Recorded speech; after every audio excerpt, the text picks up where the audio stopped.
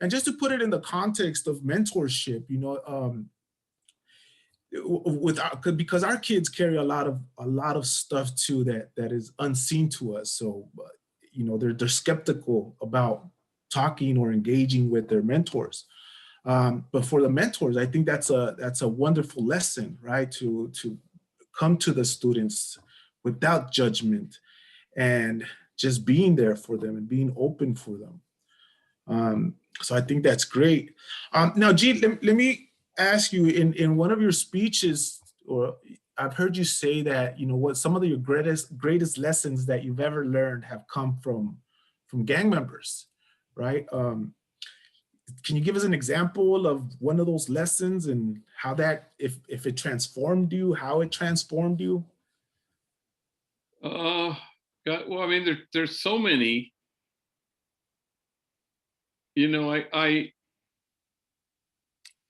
just when you're talking about mentorship, I sometimes I think it's counterintuitive.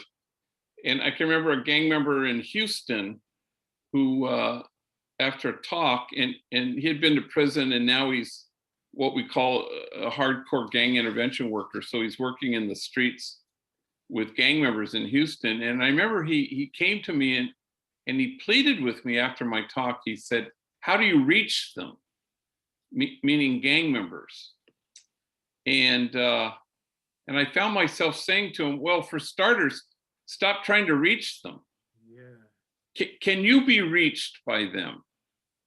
And it feels counterintuitive. It feels like it's the opposite of mentoring, or like your mentee is going to mentor you as a mentor. But there's something key to it, it seems to me, because otherwise then it becomes about message and messenger, when it's really about, can you receive people?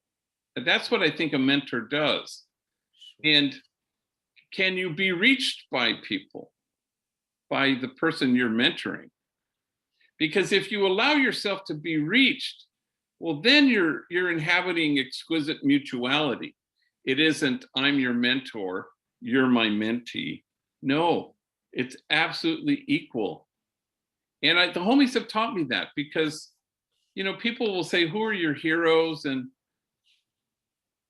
well, the homies are my heroes.